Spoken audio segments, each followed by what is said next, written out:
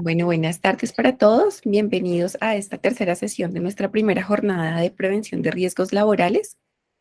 Ya hemos tenido dos sesiones, hemos hablado acerca del manejo del estrés, hemos hablado acerca del cuidado del corazón y en esta tercera sesión vamos a hablar acerca de comunicación, liderazgo y persuasión, bases y estrategias desde las neurociencias. Para esto nos acompaña la profesora Judy Constanza Beltrán Rojas. La profesora es docente ocasional del Departamento de la Comunicación Humana, fonoaudióloga y psicóloga experta en evaluación y rehabilitación del lenguaje. Es la coordinadora del Laboratorio de Neurociencia Cognitiva y Comunicación del Centro de la Comunicación Humana y candidata a doctora en psicología en la línea de neuropsicología. Entonces, la profesora nos va a acompañar en esta sesión. Esta tarde les damos la bienvenida a todos. Profe Judy Constanza, buenas tardes y bienvenida. Bueno, muchas gracias por la presentación, también a la División de Salud Ocupacional por la invitación, al doctor Ignacio por este liderazgo también y por siempre tenernos en cuenta y unirnos en estas actividades tan importantes. Bueno, como ya lo decían, yo les voy a hablar hoy de neurociencias, de liderazgo, de comunicación, de varias cositas como muy interesantes, pero sobre todo quiero pues que tratemos de que sean prácticas también, de que ustedes digan, bueno, pueden aplicarlas en su día a día y pues les va a servir para algo en los distintos lugares en que ustedes se encuentran. Bueno, entonces ustedes dirán, bueno, vamos a hablar de muchas cosas a la vez, pero pues digamos que nos vamos a centrar en la última parte, ¿no? Que lo que yo les voy a hablar van a ser bases y estrategias desde las neurociencias. ¿Qué nos ha dicho el estudio del cerebro precisamente de la comunicación, del liderazgo y de la persuasión? Bueno, si tienen alguna pregunta, algún comentario, pues no, me lo van haciendo para que también sea así charladito. Esta hora es difícil porque es justo post almuerzo, uno ya está como con ganas de que se acabe el día, pero pues bueno, ahí entonces vamos a hablar de este tema. Entonces vamos a empezar hablando pues del liderazgo, ¿no? Y de cómo los buenos líderes pues hacen cosas diferentes en las organizaciones. Hace poco leí un estudio y decía, pues era más como una noticia, que decía que las personas no renuncian a los empleos, sino renuncian a los malos jefes. Y uno podría decir, sí, realmente, y acá en el contexto de la universidad, sabemos que el que uno tenga un buen líder o un mal líder, eso afecta mucho el desempeño de una unidad de trabajo, de un departamento, de un laboratorio. Entonces, pues, ¿qué pasa con los buenos líderes? Los buenos líderes entonces pues obtienen resultados, ¿cierto? Organizan buenos equipos y mantienen la motivación de las personas que lo rodean. Entonces, yo creo que espero que los jefes en sus lugares de trabajo pues precisamente sean como esos que hacen la capacidad. ¿Y qué pasa cuando yo estoy en ese punto de ser jefe o de ser líder, ¿no? Y a veces eso lo estoy equiparando, pero no siempre los jefes son líderes, ¿cierto? Eso es algo que hay que decirlo. Y también que muchas veces todos, desde el puesto en el que nos encontremos, podemos ejercer el liderazgo. Entonces, siempre pensar que ese punto de que ser un líder, pues garantiza los resultados, ¿no? Entonces uno dirá, bueno, ¿líder en qué? Pues no más cuando a uno le asignan a otra persona, ¿no? Ya sea un estudiante, un monitor, un estudiante de corresponsabilidad, en ese momento uno toma ese papel de líder para realizar, pues, obtener buenos resultados. Entonces, el liderazgo, pues, ¿cuál es la base neurológica y cuál es la base de las neurociencias que tiene el liderazgo? Pues las habilidades blandas. De un tiempo para acá hemos empezado a hablar mucho de las habilidades blandas, que son precisamente la comunicación, la empatía, la capacidad de dirigir, muchas cosas que tienen que ver con no simplemente con saber calcular, con saber predecir, sino cómo se aplica esto en la vida diaria. Y tenemos que el liderazgo, pues una de las bases que en los que está fundado principalmente es en la autoconciencia, en las habilidades sociales, en la toma de decisiones y en la regulación emocional. Desde estas cuatro cosas vamos a hablar rápidamente en esta charla y sobre todo, pues como les decía, a ver qué recomendaciones o qué cosas podemos aplicar en nuestra vida para mejorar estas habilidades blandas y poder tener mejores relaciones y obviamente mejores resultados en el trabajo. Antes de eso, hay algo que de pronto ya ustedes lo saben, pero para puntualizarlo y que hace poco también yo lo reflexionaba mucho, es que la cantidad de tiempo que uno pasa en el trabajo excede por definición a cualquier otra actividad. Si ustedes piensan en este momento cuánto tiempo ustedes llevan trabajando, uno diría, uy, uno le gasta casi toda su vida al trabajo, ¿no? La mayor parte del tiempo. Y una ciudad como la nuestra, uno dura de tiempo en el trabajo, tiempo en el transporte público y realmente el tiempo que pasa despierto en su casa es muy poquito, o sea, el tiempo que dedica a hacer otras actividades. Entonces, de ahí la importancia de que sea el trabajo, pues un lugar propicio para gestionar habilidades. ¿Y qué pasa cuando eso no es así? ¿Cierto? Cuando es un lugar que uno quiere, hoy que es lunes, uno decía ayer, uy, que no llegue el lunes porque tengo muchas cosas, cuando no es un lugar cómodo, cuando yo no me siento feliz. Entonces, todo esto tiene que ver pues con ese lugar de trabajo y pues cómo yo voy a hacerlo. Entonces, vamos a empezar por la autoconciencia. Entonces, la autoconciencia es una habilidad que realmente no tiene una localización exacta en el cerebro, pero sí tiene relación con unos puntos del cerebro muy importantes. Algo que se ha descubierto es que las funciones más superiores del cerebro están ubicados en el lóbulo frontal, que es toda la parte anterior del cerebro. Y en este caso, la autoconciencia estaría dentro de esas funciones superiores y más evolucionadas. Y el tener autoconciencia tiene un impacto en el bienestar general. Por eso uno dice, cuando uno es capaz de ser consciente de sí mismo, de cómo está actuando, puede cambiar de actitud. Yo sé que muchos de ustedes tendrán hijos, pues estarán en un punto diferente. Yo acá estoy trabajando también, por eso entran de vez en cuando a interrumpir. Bueno, y cuando uno dice, bueno, es que si no quiere cambiar, ¿yo cómo lo obligo? Y eso es algo muy cierto. Si ustedes tienen, yo quiero que mi hijo lea, entonces dicen, pero ¿yo cómo lo obligo a que lea? O yo quiero que mi esposo o mi esposa haga X o Y cosa. Y pues eso es algo totalmente difícil, si no es que cuando uno lo quiere hacer. Otro ejemplo, cuando uno está haciendo dieta, ¿no? Yo sé que acá de pronto alguno de los que esté conectado ha hecho ese propósito que dice, necesito bajar unos kilitos de más, y uno siempre dice que los lunes empieza. Entonces, los lunes son el día elegido para empezar todas las dietas en el mundo, y uno dice, el lunes voy a empezar la dieta.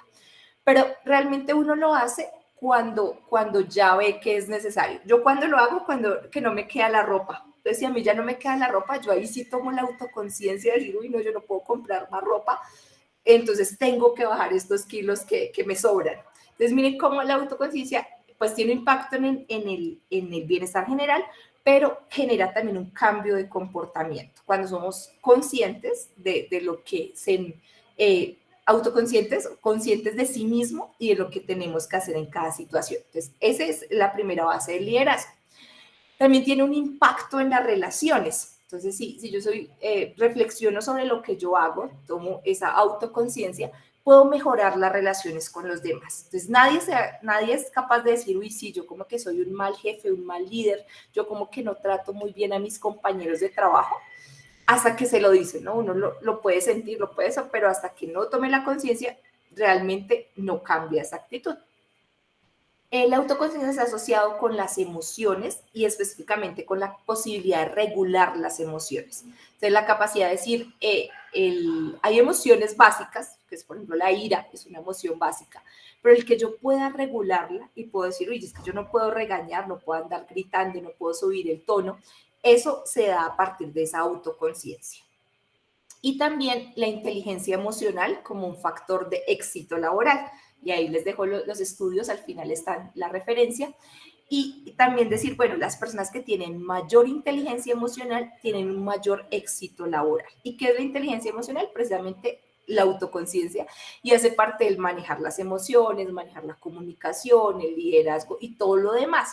Y acá quiero hacer un paréntesis, porque entonces, pues uno en todos los ambientes laborales dice, uy, es que está el que, vamos a decirlo con la palabra que se usa, el lambón, ¿no? La persona que todo el tiempo está como diciéndole al jefe que hace todo muy bien, que elogiando demasiado. No, no se trata de eso, sino es la inteligencia emocional, el saber cuándo decir, el saber qué callar, ese manejo también de las emociones. Entonces, esa inteligencia emocional que parte de la autoconciencia, pues está muy, muy relacionado con el éxito en un trabajo. Y acá les voy a dar otro ejemplo. Yo soy fonoaudióloga y acá en medicina pues se contratan, en donde yo trabajo en el Centro de la Comunicación Humana, nosotros somos, pues contratamos fonoaudiólogos de acá de la universidad. Me decía, ¿cuáles fonoaudiólogos uno contrata?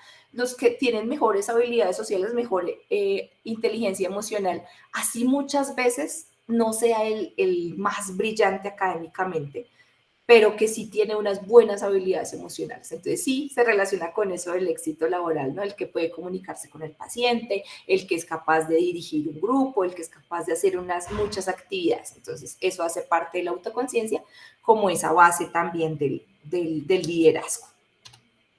Y en la autoconciencia se utilizan los mismos circuitos con los cuales nos conocemos a nosotros mismos para conocer a otros.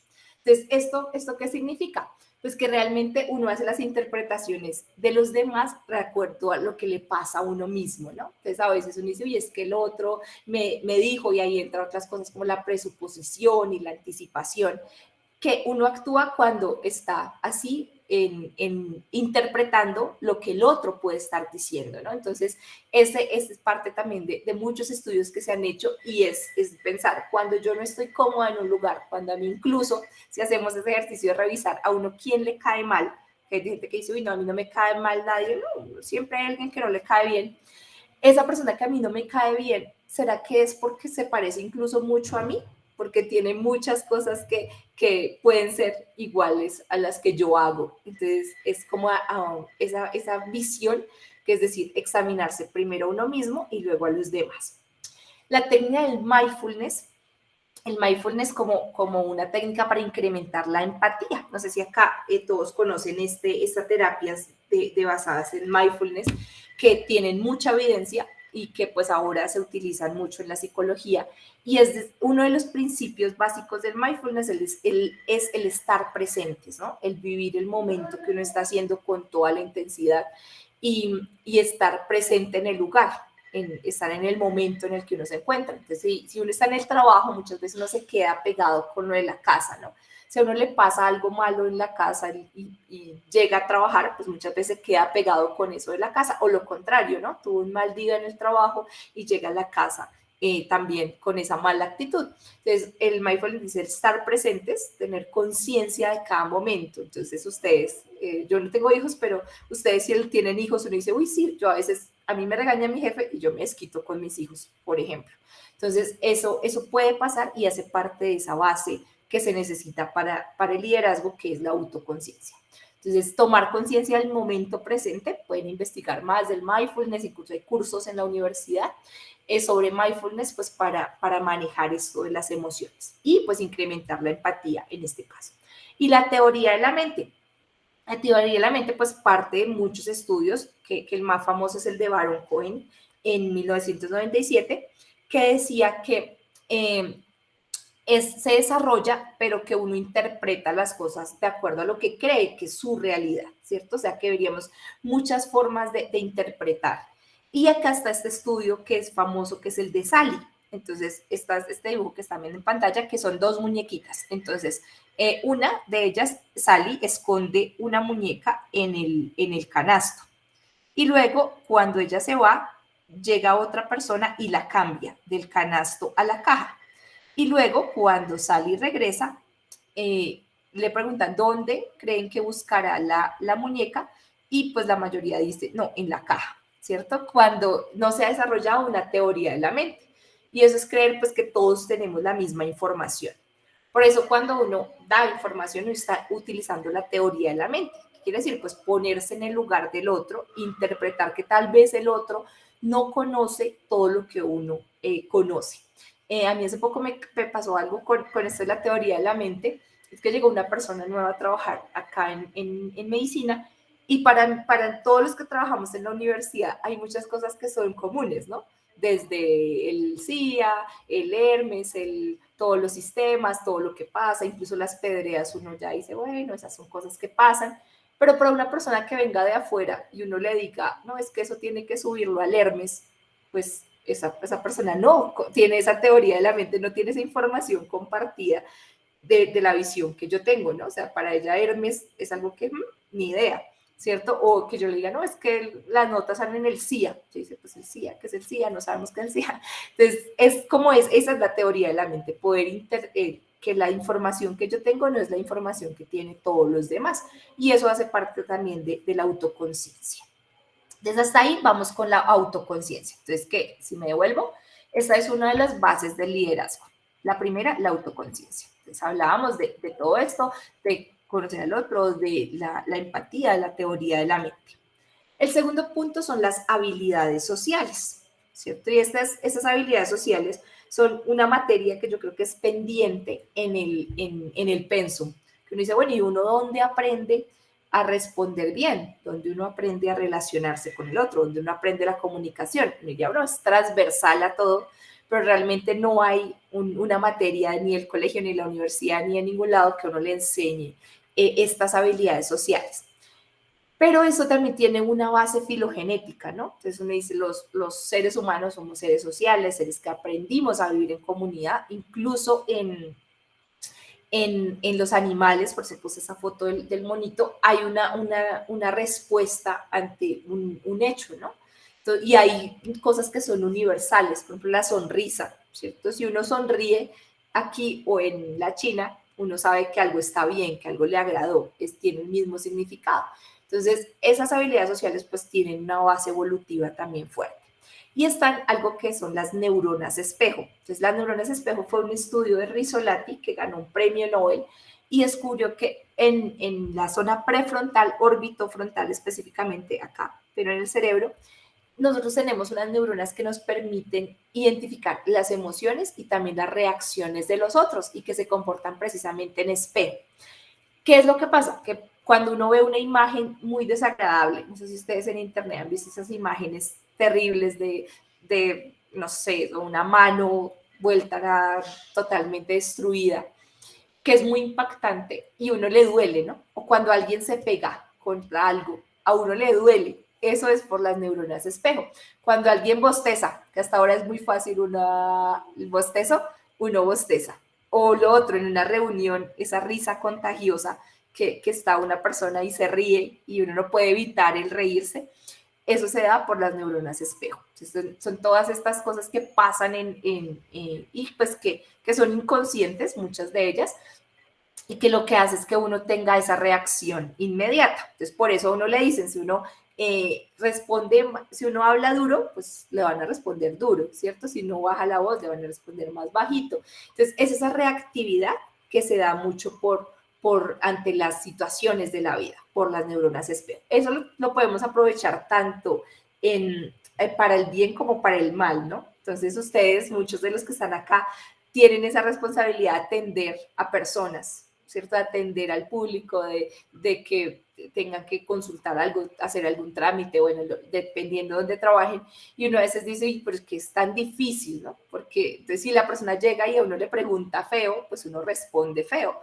Es algo que es muy de esas habilidades sociales, pero pues que uno sabe que puede modificar, ¿no? Porque cuando a uno habla, llega la persona muy enojada y recibe un trato amable, pues también dice, uy, esto no concuerda con lo que mis neuronas espejo esperaban, entonces pues puede responder de otra forma. Entonces también es ir cambiando.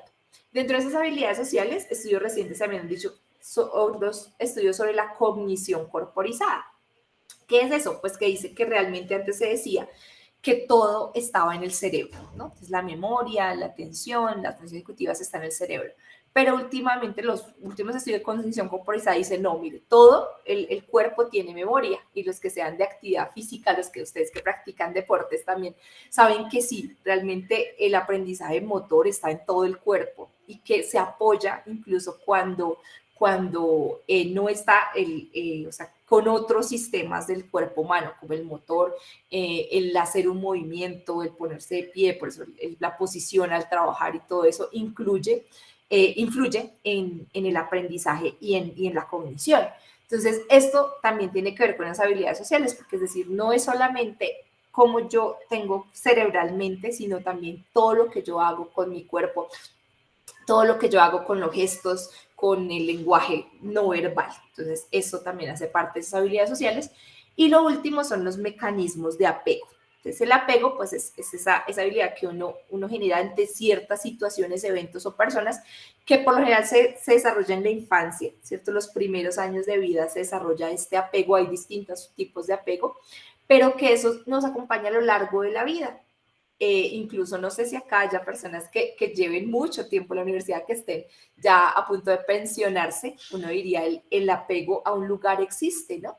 Y también a ciertas cosas, por ejemplo, algo de la vida diaria, unos zapatos, a uno le gustan unos zapatos y esos zapatos son súper favoritos y uno dice, ya están viejísimos, pero es que esos zapatos son mis favoritos. Entonces, eso es un apego, ¿no? Entonces, también hace parte de esas habilidades sociales. Por eso los cambios y en el liderazgo el adaptarse a los cambios son tan difíciles porque existe ese apego precisamente a las cosas, a las personas, a las formas de relacionarse. Bueno, digamos que pasando también un poco a la siguiente y pues hablando también de esas habilidades, vamos a hablar de que un cerebro bien integrado es un cerebro bien adaptado, ¿no? Entonces, ¿qué se necesita para el liderazgo, para el trabajo en equipo, para lo que estábamos hablando desde las neurociencias? Entonces, lo primero es evaluar, y acá les traigo algunas preguntas de qué tanto nosotros usamos adecuadamente las palabras para expresar las emociones. Y es porque es muy común, y en las formas de relacionarnos, lo más común es usar las palabras para atacar, ¿no? Entonces uno dice, no, pero es que si a mí me dicen, ¿cómo yo me voy a quedar callada? Es que esta persona me dijo, me hizo, y pues es realmente expresar emociones. Les voy a dar acá técnicas también. Cuando uno habla desde lo que uno siente, es muy difícil que se lo rebatan, ¿no? Yo puedo decirle, digamos que alguno de ustedes fuera mi jefe y me dice algo, me manda una tarea que yo no quiero hacer o que no me corresponde, lo que sea. Si yo hablo desde los hechos, pues es muy fácil rebatirlo, pero si yo hablo desde las emociones, no es tan fácil de rebatir, ¿cierto? Porque si yo digo, me hiciste sentir mal o yo me sentí mal con lo que me dijiste, eso es algo personal, o sea, yo no puedo, la otra persona no puede cambiar el sentimiento que yo sentí cuando ante una palabra. Entonces, esto es algo que hay que tener en cuenta, que una cosa de pronto es lo que se dijo en sí y otra cosa la emoción que se desencadena. Entonces, pensar también nosotros, como es en pregunta y en evaluarse, qué tanto estamos usando adecuadamente las palabras para decir una emoción. Y eso pasa mucho cuando uno está estresado, cuando tiene una alta carga laboral, que pues que uno resulta irritable, resulta gritando, resulta alterado, pues por una situación que es ajena a la que está realmente resolviendo. El otro es cómo es el control de la atención. Entonces, eso ahorita vamos a hablar un poco de la toma de decisiones, pero la atención es un recurso totalmente limitado. Y algo que nos enseñó la pandemia es que el multitasking no existe, ¿no? Uno en pandemia, como todo era virtual, a uno le daba la sensación de que podía estar en dos lugares al mismo tiempo. Entonces, decir, no, yo puedo estar dando esta charla y a la vez estar en clase, tomando una clase. Y eso es mentira, ¿no? Entonces, la atención realmente es limitada. Yo podría hacer las dos cosas al mismo tiempo. Yo sé que muchos de ustedes están haciendo una cosa adicional en este momento, siempre y cuando sea distinto nivel de carga de procesamiento. Entonces usted puede estar escuchándome acá el cuento, la charla y haciendo una lista de algo de su oficina. Pero si hay un problema, si hay un asunto difícil que tiene que responder, me deja de prestar atención y se concentra en lo que está haciendo, ¿no? Entonces la atención realmente es un recurso muy limitado. Y también, pues que no puedo prestar atención a todo al tiempo, y eso ustedes lo podrán decir, uno puede prestar atención a una llamada importante y al tiempo en una charla. Entonces, es ver que la atención que yo ponga en algo, pues es importante. Y lo otro que es desgastante también. O sea, si ustedes lo hacen, ustedes dicen, yo estoy en esta charla y al tiempo estoy respondiendo otro problema, y como pasa mucho en nuestra universidad, que uno está en una cosa y viene alguien, lo interrumpe, le entra una llamada, le entra un correo y tiene que estar como en muchas cosas al mismo tiempo, uno podría decir, bueno, por eso es esa carga laboral y pues que uno termina realmente como tan cansado, ¿no? Y que al final dice, uy, es que no hice nada y estoy tan cansado, porque precisamente por esa carga tensional que requiere el prestar atención a muchas cosas simultáneas. ¿Cuál sería? Entonces dirán, uy, pero se está botando los problemas, pero ninguna solución. Entonces, ¿cuál sería? Pues que tratemos de priorizar, ¿no? Porque a veces uno dice, uy, pero es que tengo que responder el correo, pero también tengo que enviar la carta, pero también tengo que subir esto al Hermes, pero también tengo que ir a presencial a no sé qué. Entonces decir, no, pues haga una tarea, porque si uno intenta hacerlas todas al tiempo, pues realmente después se da cuenta que tal vez no hizo ninguna. Entonces, si uno dice, no, voy a terminar este correo y luego sí me paso a la carta y luego sí me paso a la otra, es mucho mejor que intentar hacerlas todas al mismo tiempo. El siguiente también es pregunta y pues les invito a que todos nos preguntemos eso, si nosotros somos de los que nos enfocamos más fácil en los problemas o en las soluciones. Y yo eso sí conozco a mucha gente que yo les digo así, en chiste, yo le digo es que mire, esta persona para cada solución tiene un problema. Acá, pero acá hay compañeros de medicina, entonces no les diré quién está, pero yo a veces digo, y es que mire, uno se encuentra con esta persona y tiene 10 problemas, y uno le da una solución y le dicen, no, otro problema, ¿cierto? Entonces, a veces nos enfrascamos mucho en el problema, y es decir, sí, pues el problema está, pero ¿qué se puede hacer, no? O si no se puede hacer nada, si es algo que definitivamente no tiene una solución, pues entonces uno diría, bueno, pues entonces no es realmente un problema, ¿no? Porque si uno dice, no, es que la universidad no me gusta donde está ubicada en Bogotá, la universidad debería estar en las afueras de Bogotá, estoy inventando algo. Pero eso no es un problema que dependa de mí, no la podemos correr, no la podemos solucionar, entonces no es un problema realmente. Entonces, ese tipo de cosas. Y pues que tratemos de enfocarnos en las soluciones, no en los problemas. Eso sería un buen ejercicio. Decir, bueno, mejor en las soluciones que en el problema. Y acá era lo que les decía de la toma de decisiones. Hay un libro que voy a recomendarles si alguno de ustedes tiene ahorita decir, uy, ¿qué leo? Un libro que se llama Pensar rápido, pensar lento. Ahorita no me acuerdo el autor, pero ahorita me voy a acordar del autor. Y pues de ahí, en este autor que se ganó también un premio Nobel de Economía, narra que hay dos sistemas. Un sistema, el sistema 1 y el sistema 2, para tomar decisiones. El sistema 1 es un sistema rápido y el sistema 2 es un sistema lento.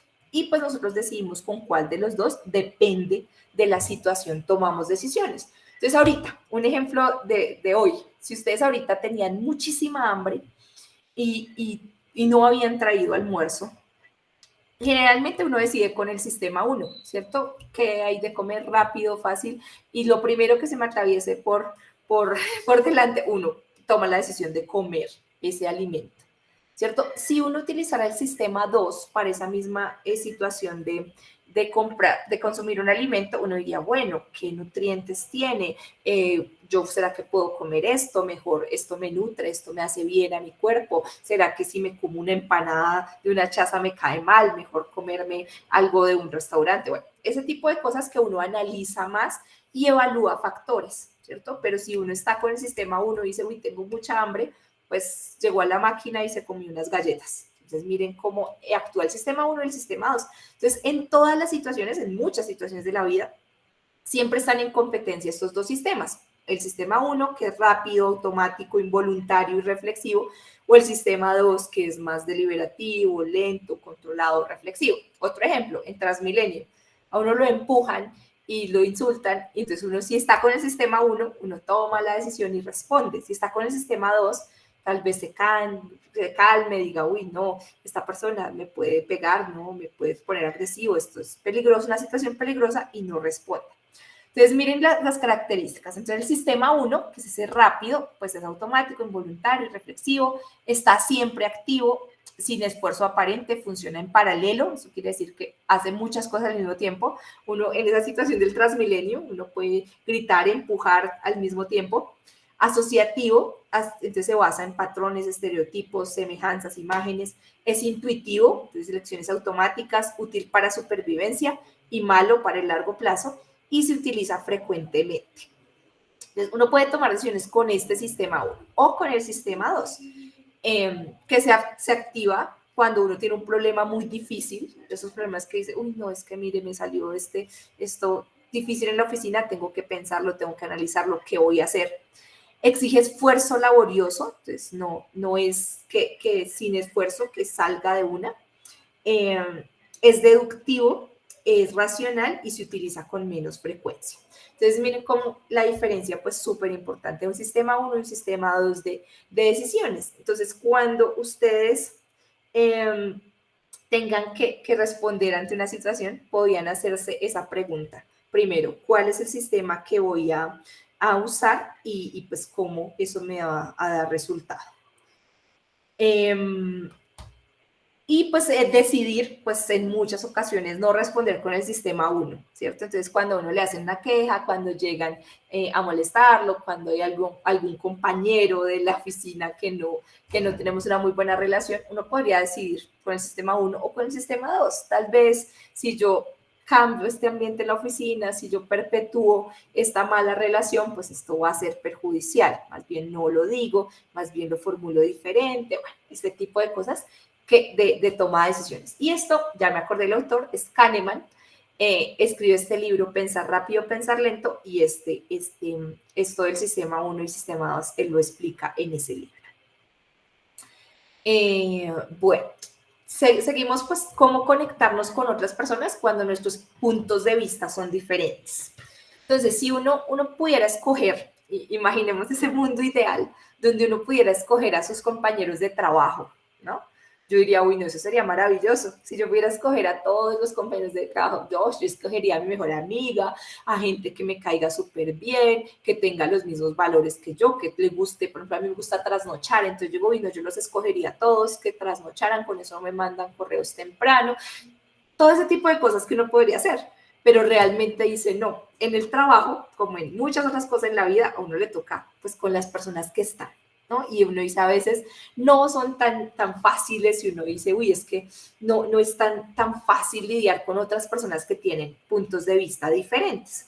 Y acá pues hay unas recomendaciones que desde la neurociencia se han recomendado que son pues como fundamentales. La primera es la escucha activa. Incluso pues esto no solamente con los compañeros, con cualquier persona, ¿no? Y el punto de vista también es eso, escuchar el punto de la otra persona, qué es lo que quiere decir, qué es lo que quiere pedirme. Y un punto que es importante, y que yo se lo decía también a algunos estudiantes alguna vez, es que ahí sí la decencia no pelea con nadie. Entonces uno a veces dice, no, pero es que fui y me cerró la puerta en la cara. Yo tengo una anécdota que cuando yo era estudiante acá en la universidad, una vez yo fui a hacer un trámite, una oficina que no diré cuál, y me encontré con la persona en el pasillo. No iba a hacer el trámite ese día, me encontré con la persona en el pasillo. Y la persona lo que me respondió fue, no estoy en mi horario de atención. Entonces yo dije, pero pues, si yo no la estaba saludando para pedirle ningún favor. Y uno ya se acostumbra a esa respuesta, digamos que sin escuchar, ¿cierto? Antes de que le pidan le digan el caso, uno ya está diciendo, no, eso no se puede. Después que ni siquiera le he contado qué es lo que no se puede. Entonces, el que decir, bueno, uno lo escucha, pues es el primer punto. Entonces, esa escucha activa. Y para esa escucha activa, ¿qué se necesita? El contacto visual. Ahora nosotros estamos acostumbrados al chat, al celular, al computador, y uno a veces no despega la pantalla para ver a la otra persona. Entonces, qué bueno que cuando nos acostumbremos a ese tipo de relación, de mirar a la otra persona, de ver, bueno, qué es lo que la otra persona necesita, de prestarle atención, así sea un minuto, y poder establecer ese campo de atención intersubjetiva, ¿no? Ese intercambio comunicativo. El segundo, sonreír, ¿cierto? Sonreír es algo súper fundamental y que ayuda a cualquier situación. De hecho, les cuento que cuando aquí también dándoles tips, cuando ustedes se sientan mal, incluso cuando tengan un dolor de alguna parte del cuerpo, que tengan un mal día, que estén diciendo, uy, no, hay una terapia que dice, sonría, porque cuando uno sonríe, el cuerpo automáticamente, el cerebro, incluso las zonas que son más subcorticales, reciben el mensaje de que todo está bien, ¿no? Dice, si está sonriendo, está bien, y puede mejorar. Incluso si uno contesta el teléfono y uno dice hola, o dice hola, sonriendo, es diferente la voz, el tono de voz. Entonces, sonreír, ahí sí dice, no cuesta nada y ayuda mucho. Entonces, qué bueno que ustedes digan, bueno, voy a tratar de hacerlo, así sea a poquito, ¿no? Porque si uno es una persona de mal genio y empieza a sonreír mucho, pues es abrupto el cambio, pero sí sonreír, ¿no? Y uno dice, bueno, si uno llega a una oficina, qué bueno que al menos dijera, no le solucioné el problema, pero le sonreí. Entonces, el sonreír es muy importante. Usar palabras de refuerzo, entonces de decir ese seguimiento, no sé si cuando uno habla por teléfono, es el mejor ejemplo de las palabras de refuerzo. Si uno habla por teléfono con alguien y se queda callado mucho tiempo, uno dice, aló, ¿cierto? Porque uno dice, oiga, está ahí, está prestándome atención. En cambio, si uno le van contando, ustedes que yo sé que muchos aquí atienden público y le va diciendo, sí, que la materia no se la han inscrito, sí, que el profesor no tiene horario de atención, sí, que no encuentra, ese tipo de cosas, y va haciendo ese seguimiento, esa palabra de refuerzo, pues le permite seguir a la persona que está escuchando, pues le permite decir, uy, sí me está poniendo atención. El otro, parafrasear o repetir el mensaje. Y eso especialmente con los jefes es muy importante, porque a veces uno le pasa todo el tiempo, a mí también, que uno entiende algo y va a hacerlo y resulta que eso no era. Y después lo hace y le dice, pero usted ¿por qué hizo eso? Pero usted me dijo que hiciera tal cosa. Entonces dice, no, pues a veces no entiende. Entonces el parafrasear o el repetir el mensaje es bueno. Y es una técnica que uno puede decir al final, decir, bueno, o sea que lo que tengo que hacer ahora es bajar toda la programación del sistema y volverla a subir, un ejemplo. Entonces, sí, eso es lo que tienen que hacer. Porque muchas veces podemos estar en un canal diferente, decir, uy, si yo ya le dije y el otro, mire, yo le entendí fue esto, entonces ese parafrasear o repetir el mensaje. La postura corporal receptiva es muy importante y eso también, tanto como ustedes cuando tengan que estar dando una instrucción o cuando la reciban, porque si uno, incluso hay señas que son muy dicientes de la postura corporal. Entonces, cuando uno se cruza de brazos, ¿no? Ahí no me ven muy bien, pero uno se cruza de brazos, ya quiere decir que está en la defensiva, ¿cierto? Está bloqueado y cuando uno va a pelear con alguien, uno lo primero que hace es, sí, muy bonito, o sea, se pone cruzado de brazos para hacer como ese reclamo, ¿no? Entonces, la postura corporal también, si uno abre los brazos y está como receptivo, eso ayuda a quitar ese bloqueo. La formulación de preguntas, entonces uno dice, bueno, preguntar sobre lo que está haciendo, incluso eso ayuda a redirigir, porque yo sé que ustedes y los que aquí atiendan público, especialmente estudiantes o algo, uno dice, a veces, sí, pero es que llegan con unas historias y uno no, y eso no se soluciona aquí. Entonces, que uno le pregunte como, mira, yo te estoy escuchando, pero quiero saber si tu trámite es con la división de seguridad en el trabajo. Ah, no, es que yo lo que necesito es que me inscriban una materia. Entonces uno dice, ah, no, pero es que eso es en registro. O sea, no es conmigo. Por favor, vayas a donde tiene que ir, ¿no? Entonces, ese preguntar. Y la atención sostenida es pues decir, bueno, yo te presto atención por un tiempo mientras esté en ese momento. Entonces, esos son algunos elementos. Yo sé que ustedes ya aquí dicen, uy, sí, pero tan fácil, ¿no? Pero al menos que cojamos uno de estos, que digamos, uy, yo no sonrío nunca. Entonces, decir, bueno, voy a probar sonreír, qué tal que eso ayude. O probar repetir o probar cambiar la postura corporal.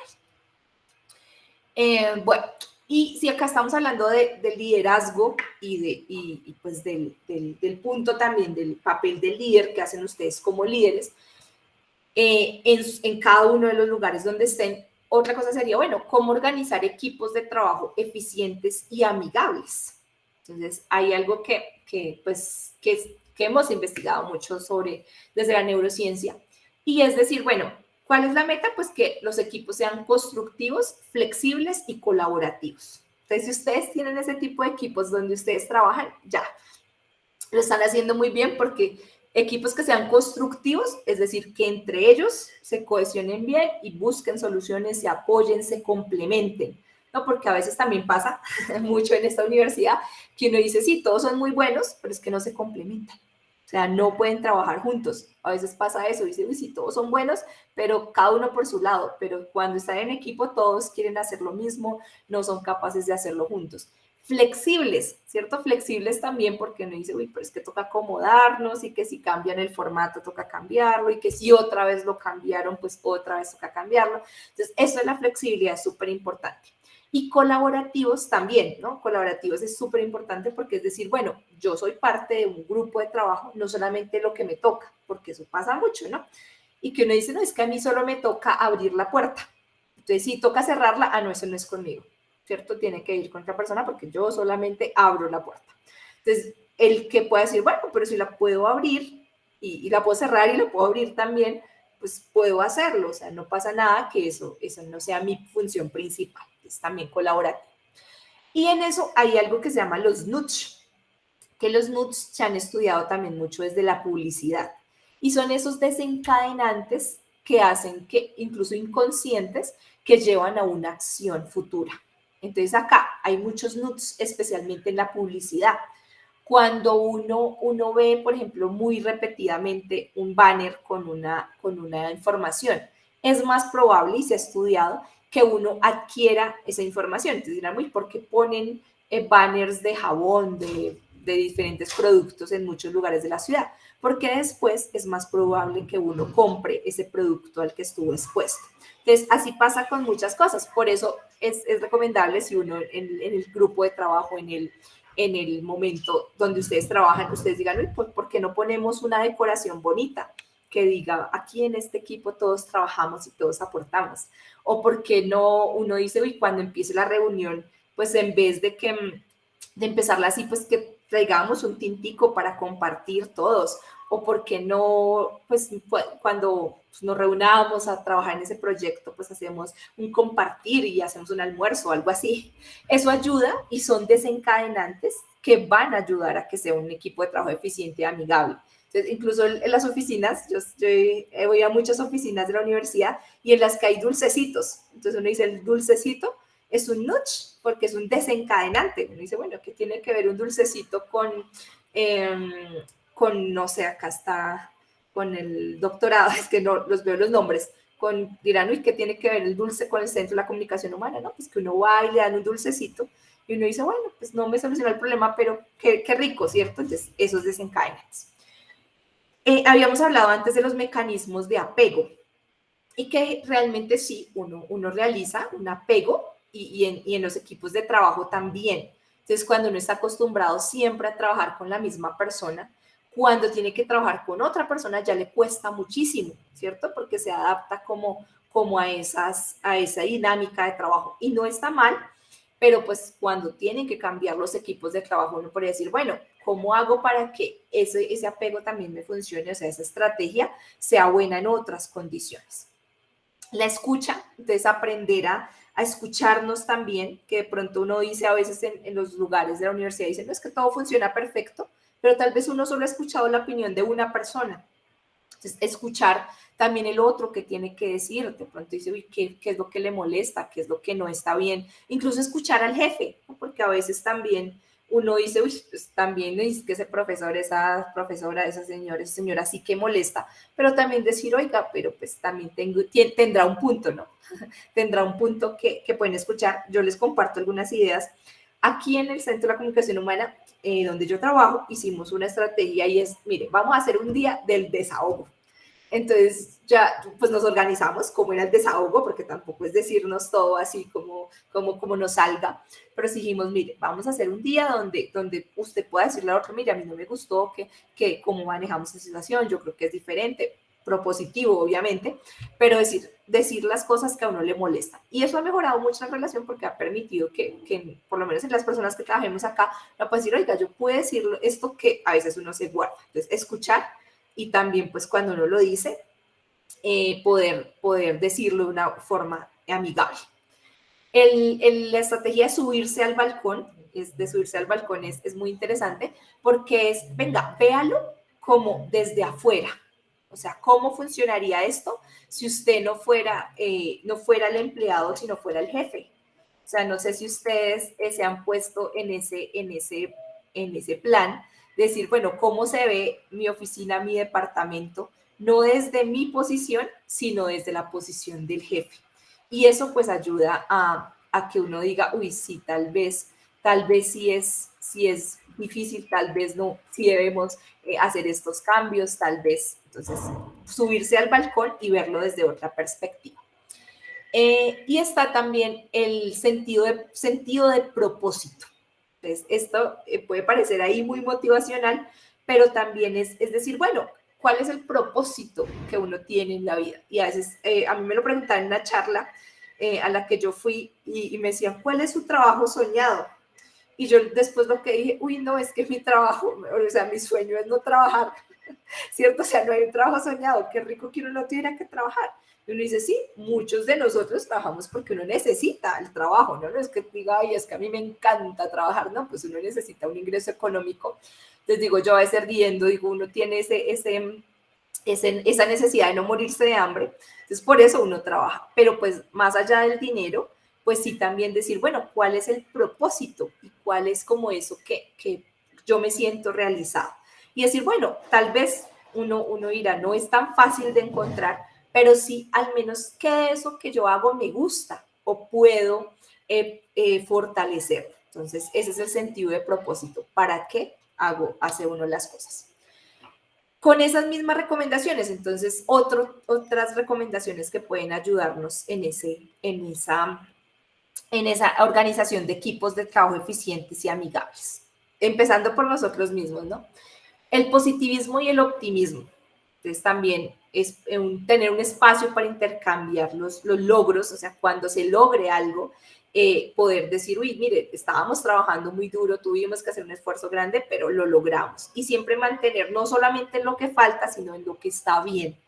Entonces, esa es una actitud también que podemos hacer, que uno a veces dice quejándose si todo está mal, pero cuando también reconocemos lo que está bien. Yo les cuento que yo creo que muchos de ustedes, yo no conozco a muchos de los que están acá, pero yo toda mi vida he trabajado en la universidad, he trabajado acá en la universidad siempre, siempre, siempre, entonces uno a veces puede caer en esa queja, decir, es que la universidad, esto, la universidad, lo otro, la universidad, pero si nos ponemos a pensar también en lo bueno que tiene trabajar en la universidad, en lo positivo, en lo que uno puede lograr, en lo que le permite, entonces también verlo desde esta otra óptica, ¿no? Y no solamente pues algo así como uno diría por un ratico, sino ser consciente de todo esto radicalmente. El otro, la mentalidad de fortalezas, es el reconocimiento de oportunidades de mejoras. Entonces también, tanto cuando uno haga una observación como cuando uno haga una autorreflexión, siempre pensar en qué se hizo bien, porque es muy fácil mirar el error, pero qué bueno que uno pueda decir, bueno, también qué tenemos de bueno en este departamento, en esta oficina, en este proceso, y poder ver esas como qué podemos mejorar como una oportunidad de mejora. Centrarse en las buenas prácticas. Entonces, hay cosas que mejoran mucho el clima organizacional, las organizaciones, el lugar, y decir, bueno, ¿qué es lo que sí funciona bien? Es una buena práctica, puede ser, por ejemplo, el decir, mire, una práctica esta oficina va a hacer que todos los asuntos más difíciles se van a tratar de primero en las reuniones. O una buena práctica es decir, vamos a tratar de que quien organice X cosas sea una persona. Entonces, miren que podemos sacar las buenas prácticas, también ayudan a los equipos de trabajo eficientes. Promover el sentido de pertenencia, y creo que eso específicamente en la universidad, muchos lo tenemos, yo diría que casi la mayoría, que uno se siente muy orgulloso de trabajar, de hacer parte de la Universidad Nacional.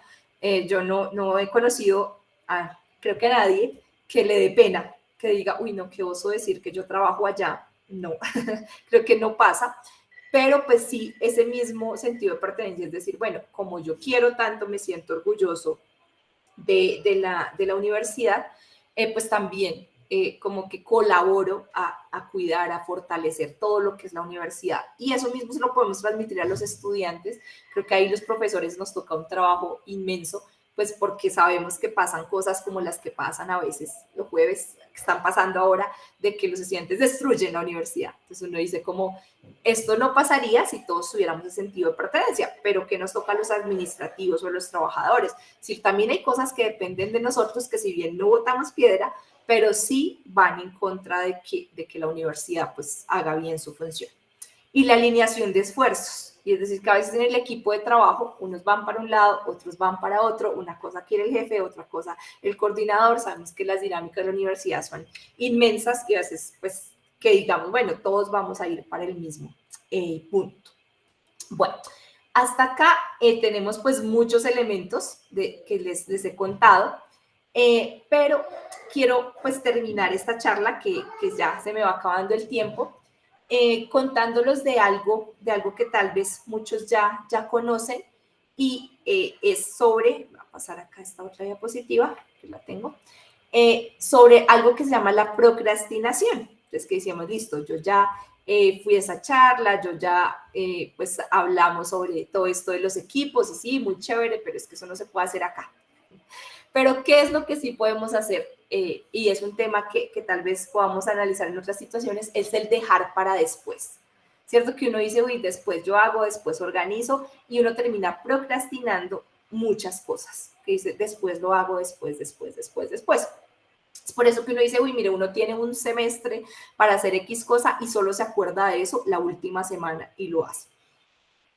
Entonces les traje acá esta caricatura de Mafalda, que a mí me gusta mucho, que está Mafalda y Felipe hablando y le dice, hola Felipe, ¿qué te ocurre? Nada, en vez de hacer los deberes me pasé el tiempo leyendo historietas. Y luego le dice, y lo peor es que no disfruté las historietas sabiendo que tengo que hacer los deberes.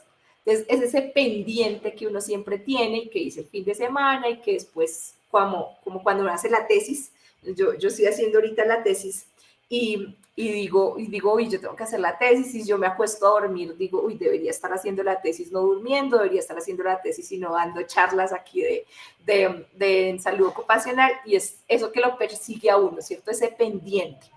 ¿Y cómo se puede gestionar esa procrastinación o hacer que disminuya?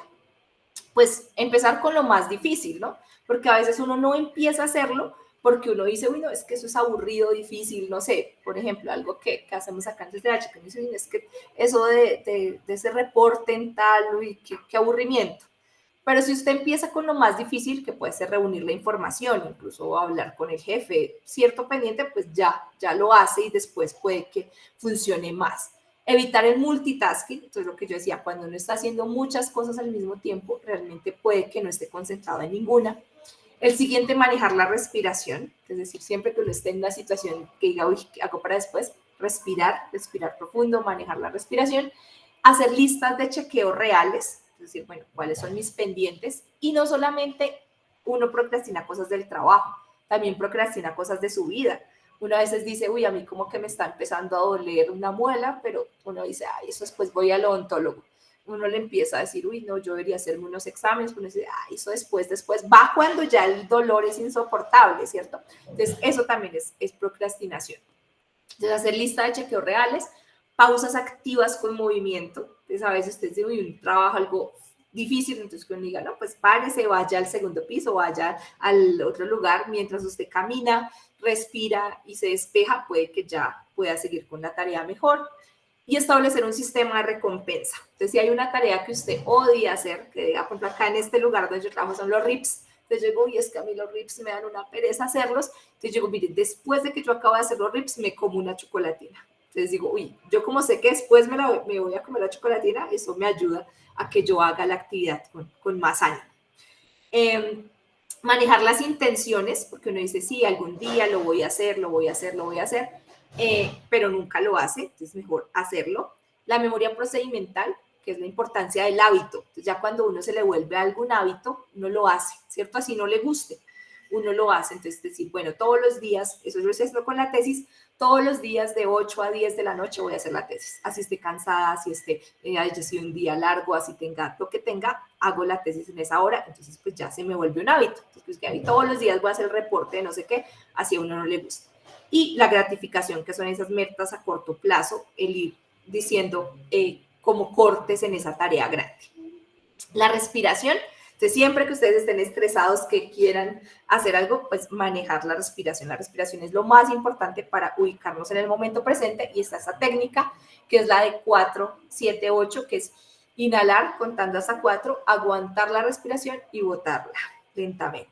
Entonces, inhalar, aguantarla y botarla lentamente, eso ayuda pues en ese manejo de la respiración. Y acá, pues últimamente, pues en cuanto a promover, pues hacer qué, pues que la gente se sienta segura, algo ser justos y ser genuinos y creer en los otros. Ese es como el mensaje también un poco final para pues cómo afrontar una situación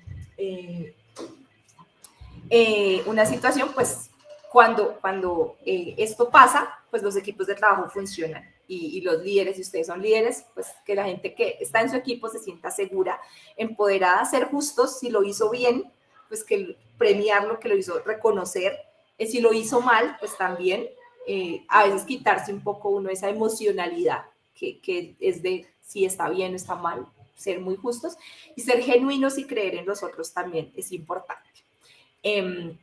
Bueno, y por último, pues la felicidad, ¿cierto? Estamos en una época, digamos que post-pandémica, que todavía se está estudiando desde las neurociencias, bueno, qué pasó en la pandemia y qué sigue ahora, ¿no?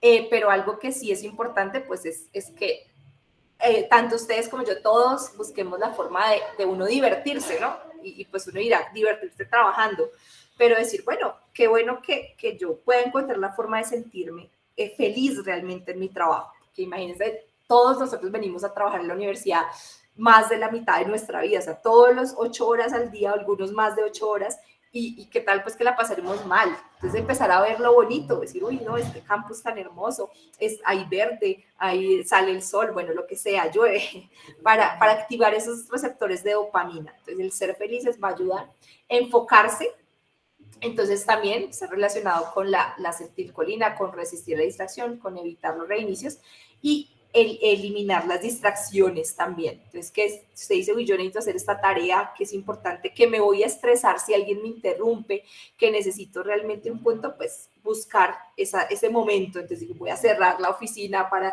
hacer esto por un determinado tiempo.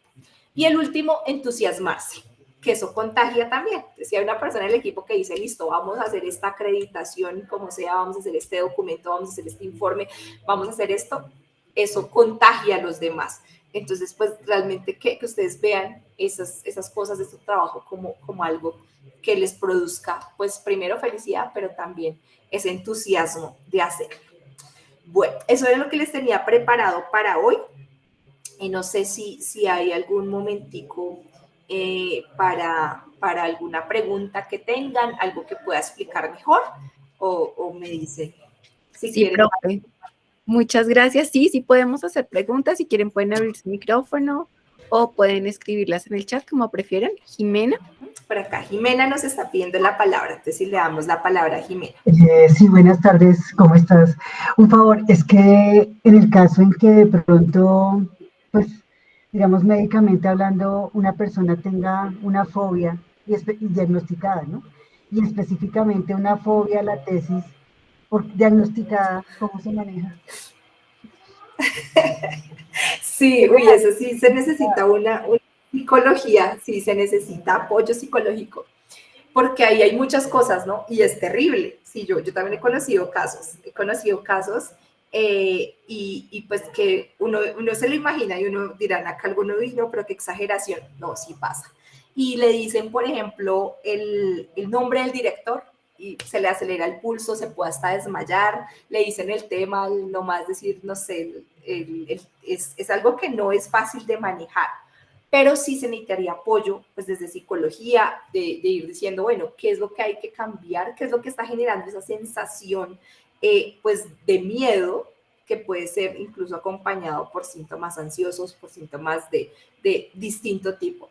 Entonces sí requeriría un acompañamiento psicológico muy cercano y uno puede desarrollar también fobia al trabajo o fobia al jefe. O sea, eso puede pasar. O al compañero de trabajo, que uno dice, es que cuando llega esta persona me da de todo. Sí, eso pasa, pero entonces hay que ver primero si uno lo puede manejar. Entonces sería, si yo lo puedo manejar, si a veces digo, y si es que como que esta compañía de trabajo me fastidia o esta tesis me fastidia, pero si yo lo puedo manejar, pues decir, sí, es por esto. Pero si ya digo, no, yo no lo puedo manejar, toca buscar apoyo psicológico y que nos ayuden a manejarlo, a ver qué es lo que hay que hacer. Pero muy interesante tu pregunta, Jimena, espero que no seas tú. Si eres tú, pues nos avisas también y pues que podamos ayudarte también. Pues Centro de la la verdad Comunicación sí me Humana tenemos gustaría también tener fonoaudiología. apoyo, me gustaría tener apoyo, algún teléfono a donde pueda llamar. Te agradezco mucho. Bueno, muchas gracias. El doctor Juan Ignacio me confirma, pero pues les contamos aquí, spoiler, que hemos establecido una alianza muy interesante entre la División de Salud y el Centro de la Comunicación Humana para apoyar a los trabajadores de nuestra universidad con todos estos temas que influyen mucho en el trabajo. O sea, el que tenga algo ahí pendiente como una tesis, no lo deja a uno trabajar. Entonces, si quieres, por medio de ellos, podemos establecer el contacto. Bien, gracias. Claro que sí. Bueno, así es, gracias. No sé si alguien más tiene algún otro comentario para la profe, muchos comentarios de gratitud, muy agradecidos con el tema, muy gratificante, me ayuda a entender los nuevos conceptos que intervienen en el liderazgo. Bueno, muchos comentarios, profe, muchísimas gracias. No sé si alguien más quiere hacer algún comentario. Ah, bueno, acá está el correo de la división para la persona Jimena, que tenías una inquietud.